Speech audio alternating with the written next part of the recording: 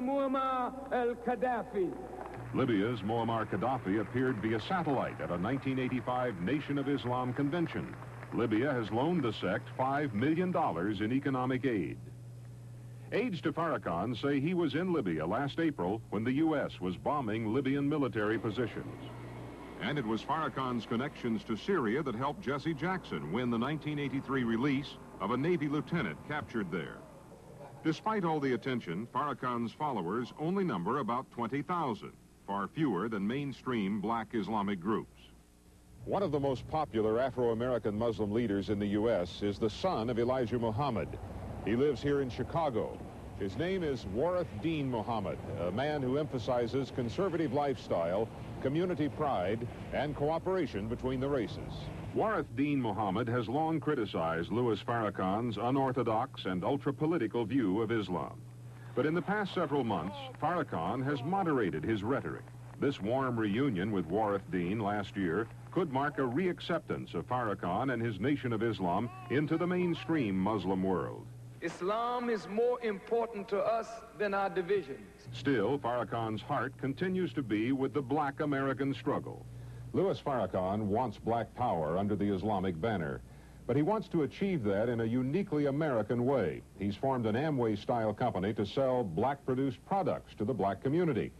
Detroit is one of 4 trial sites for the sales effort. Shampoos, soaps, and healthcare products are being sold door to door and on the streets under the name Clean and Fresh. The goal? To keep black dollars circulating among blacks.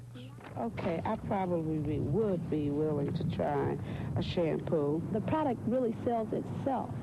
So it sells, they were slow at first, but just word of mouth alone gets the product moving pretty good. The Nation of Islam hopes to employ thousands of blacks as independent distributors of Clean and Fresh to cut into unemployment. The family, you could get 5 pieces for $17.75. This man not only made a purchase, but perked up at the mention of potential income. My biggest job is doing nothing. You know, that's my job, doing nothing. So, I mean, this would be an opportunity for me to do something and make some money. I bear witness that there is no God but Allah, and I bear witness that Muhammad is a messenger of Allah. Right? Yes, sir. But there's another motive besides jobs. The Nation of Islam plans to plow profits into Muslim schools to teach children about Islamic law and about self-respect. Organizers of the Clean and Fresh Company in Detroit have been unable to get a bank loan to order a larger product inventory. They claim religious discrimination by the banking community. Black Islam includes a large, mainstream, patriotic segment of the population, people who have nothing to do with many of Louis Farrakhan's doctrines.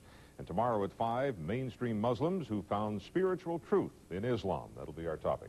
One quick question. You know, Farrakhan gave money to, or Gaddafi gave money to Farrakhan, and yet Farrakhan is running an Amway-style business. Isn't this a bit inconsistent with Well, Gaddafi certainly is no fan of capitalism, that's for sure. But I think the consistency is that both Farrakhan and Gaddafi believe that blacks in this country are oppressed, that there is a struggle against white society that's kept them down, and in that sense, and the fact that they're both Muslims, that's the point at which they come together. All right. Okay. What's coming up?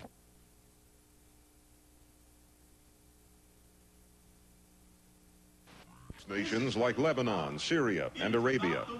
Today, hundreds of thousands of Afro-Americans have converted to Islam. They are known as Muslims. Some say it's a religion of revolution. Others say it's a faith meant only for inner peace. In America, Islam has attracted an amazing number of activists from the turbulent 60s. A Vietnam vet and ex-con who helped train Black Panthers is now the leader of a Detroit mosque. Your condition will never change until you change what's in your heart. A security man for Martin Luther King now leads the Nation of Islam chapter in Detroit. We don't smoke, we don't drink, we don't gamble, we don't commit adultery, and all of these things that the society is doing. An avowed Black Panther revolutionary is an Islamic minister to jailed Muslims. And we don't fear dying.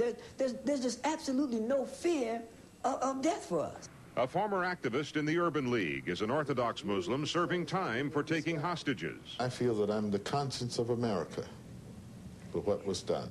And the 60s revolutionary named H. Rap Brown is now a Muslim fundamentalist in Atlanta, Georgia. He has created the races that men might get to know each other, not that they would despise each other. Black Muslims represent many different viewpoints and roles. Some are flag-waving Americans. Others want radical change now. but all believe passionately in a religion that has changed their lives. Tonight, an exclusive look at blacks in Islam.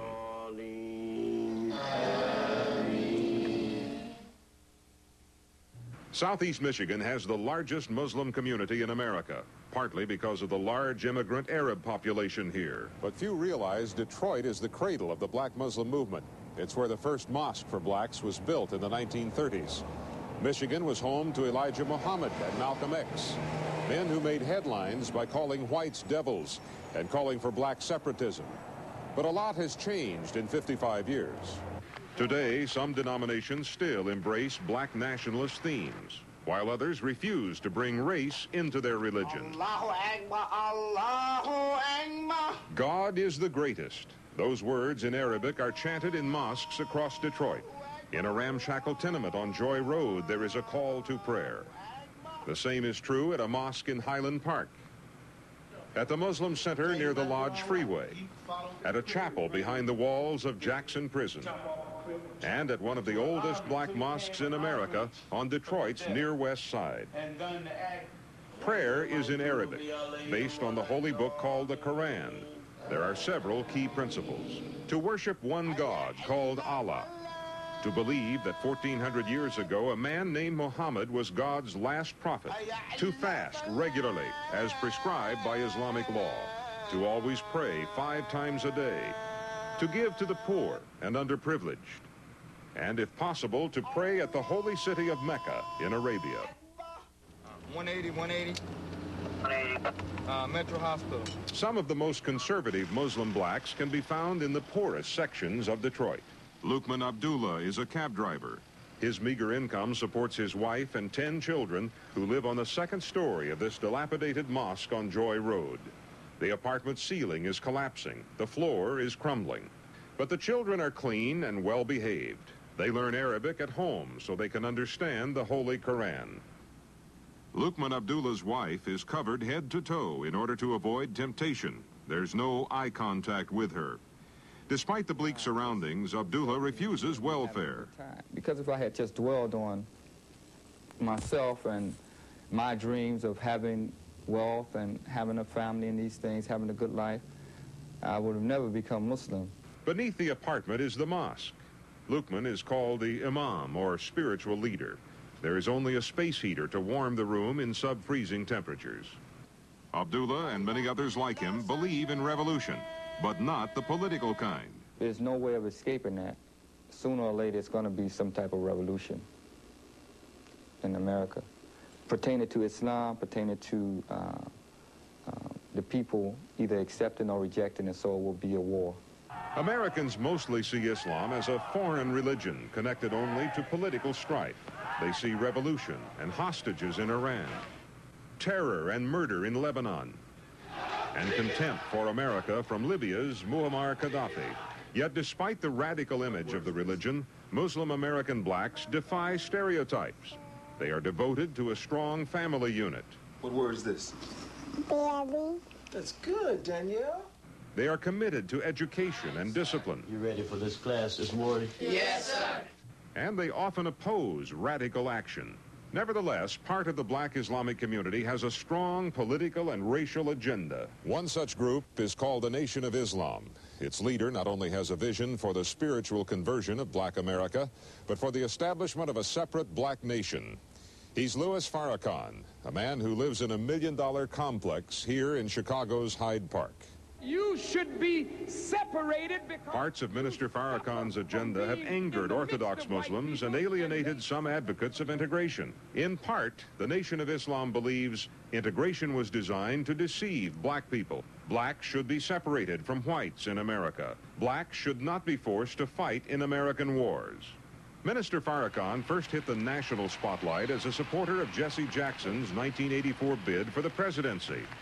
That's when he spoke unabashedly on issues like tokenism. A few token blacks in window dressing positions can never solve or ameliorate the problems of the masses of black people. On the Jewish religion. How many of you believe that if you preach righteousness and practice evil, you are practicing a dirty religion, but using God's name to shield it. On media accuracy. You will be forced to show cause why I shouldn't sue you and all of the media combined. We must put a stop to this.